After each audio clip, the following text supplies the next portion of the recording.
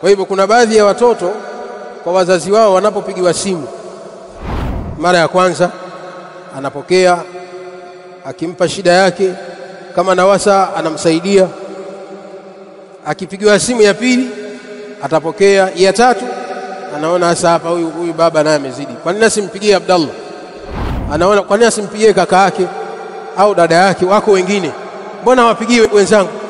Mimi tu kila siku ananipigia mimi, nataka shida zake.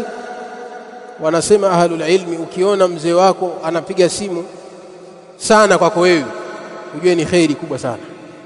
Kuna khairi kubwa sana Allah anakutakia wewe ambaye huijui.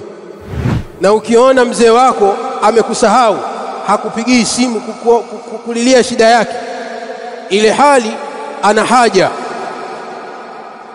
akawa anawatafuta wenzako, angalia umeteleza wapi. Hiyo sio khairi kwako wewe, ni shari. Shekhi, baba yako na mama yako wanapokuwa na haja lazima warudi kwako.